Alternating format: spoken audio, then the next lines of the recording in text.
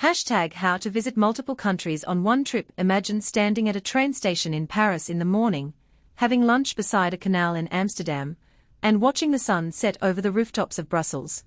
All in a single day. This isn't a fantasy. Millions of travelers do exactly this every year, and the secret isn't unlimited money or unlimited time. The secret is knowing how to plan a multi-country trip the right way.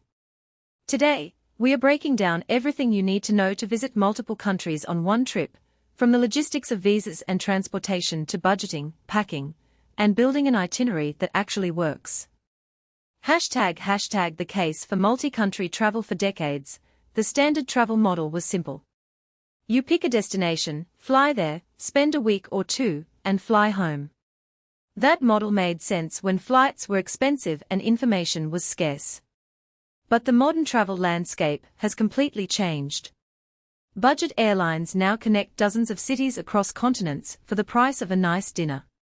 High-speed rail networks in Europe and Asia make crossing borders as easy as riding a subway. And the internet has made planning more accessible than ever before. According to data from the World Tourism Organization, international tourist arrivals reached nearly 1.3 billion in recent years, with a significant portion of travelers visiting multiple countries per trip. The average European tourist, for instance, visits 2.4 countries per trip.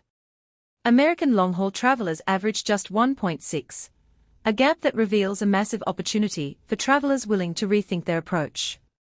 Multi-country travel isn't just about ticking destinations off a list. It offers something far more valuable: context. When you visit Thailand and then cross into Vietnam, you begin to understand how two neighboring countries with shared historical roots can produce entirely different cuisines, architecture, and ways of life.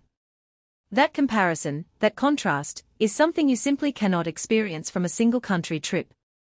Hashtag planning the foundation. Route and region. The first and most important decision in any multi-country trip is choosing your region. This matters more than most travelers realize. Grouping countries geographically is the single biggest factor in keeping your costs low and your stress levels manageable. Trying to visit Japan, Morocco, and Brazil on one trip might sound exciting, but the intercontinental flights alone will consume your entire budget. Instead, think in clusters.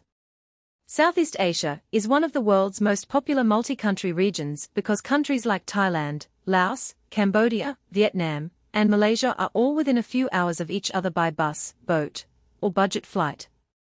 Eastern Europe is another incredible cluster. Poland, Czech Republic, Hungary, and Austria share borders and are connected by affordable trains.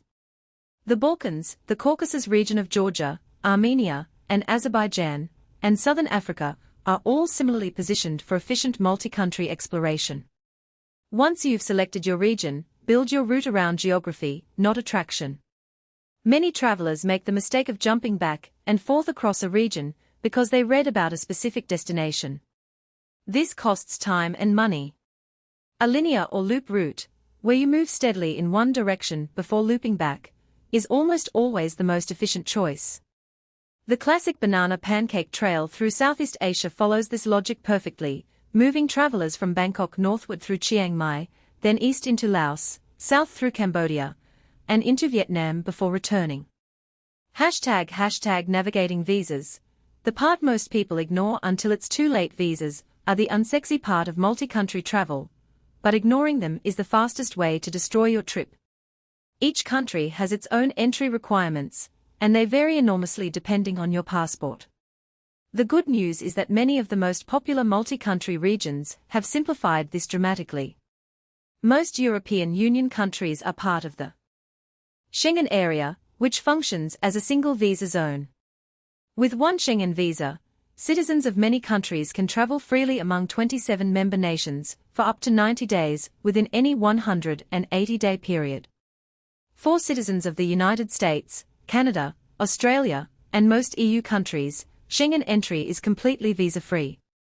Southeast Asia is similarly accessible for most Western travelers, with Thailand, Indonesia, and Vietnam all offering visa-free or visa-on-arrival entry for stays ranging from 15 to 45 days. However, Vietnam now requires travelers from many countries to apply for an e-visa in advance, a straightforward process, but one that requires planning ahead. The critical rule is this: research every country on your itinerary at least 3 months before departure. Use official government visa portals or reliable resources like the IATA Travel Center. Never rely on blog posts from several years ago, because visa regulations change frequently. Missing a visa requirement can result in being turned away at the border, denied boarding at an airport, or facing fines. This is not an area to leave to chance. ## transportation. The arteries of your trip. How you move between countries defines the entire rhythm and budget of your trip. The 3 main options are flights, trains, and buses, each with distinct advantages depending on your destination and priorities. Budget airlines in Europe: Ryanair, EasyJet, Wizz Air, connect hundreds of city pairs for as little as 15 to 30 euros, making them an excellent choice for covering long distances quickly. In Southeast Asia, AirAsia and Vietjet operate similarly, connecting regional hubs for under $50. The catch is that budget flights come with tight baggage restrictions, early morning departure times, and airports often located far from city centers. Factor in transportation to and from the airport, and a cheap flight can sometimes cost more in total than a train.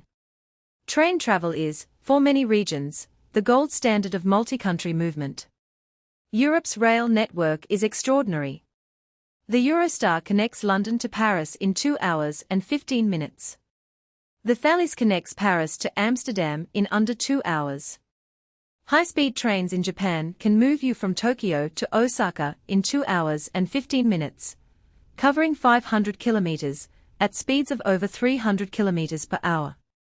Rail passes, like the Eurail Pass or the Junior Pass in Japan, offer unlimited travel within a set period and can represent significant savings when you're moving between countries frequently. Buses are the budget traveler's backbone in regions like Southeast Asia and the Balkans. Overnight buses allow you to cover long distances while sleeping, effectively saving on a night of accommodation.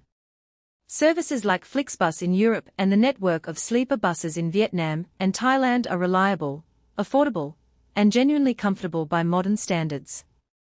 ## accommodation strategy. Across borders. Managing accommodation across multiple countries requires flexibility. The key principle is to book your first and last nights in each country in advance, and leave the middle flexible whenever possible. This gives you a guaranteed bed when you arrive disoriented from transit, but leaves room to extend stays in places you love unexpectedly. Hostels remain the most social and budget-friendly option in virtually every major travel region. A private room in a well-rated hostel in Budapest costs around 25 euros per night. The same quality of accommodation in a boutique guest house in Hanoi might cost under $15. Booking platforms like Hostelworld and Booking.com allow you to compare options across borders seamlessly. For travelers seeking more comfort, consider apartment rentals in larger cities and guest houses or family-run lodges in smaller towns. This combination balances cost with experience and often provides deeper connection to local culture than international hotel chains ever could. ## budgeting across multiple currencies and cost levels. One of the most underestimated challenges of multi-country travel is managing wildly different cost levels. Switzerland and Thailand are both incredible destinations, but Switzerland costs roughly 6 to 8 times more per day than Thailand. If your itinerary jumps between high-cost and low-cost countries without accounting for this, your budget will collapse. Build your daily budget country by country, not as an average. Research average daily costs for accommodation, food, local transport, and activities in each specific destination. Resources like Budget Your Trip and Numbeo provide user-submitted data that reflects real-world expenses with surprising accuracy. Always carry some local currency when crossing land borders. ATMs are not always immediately available, and card acceptance varies enormously between countries.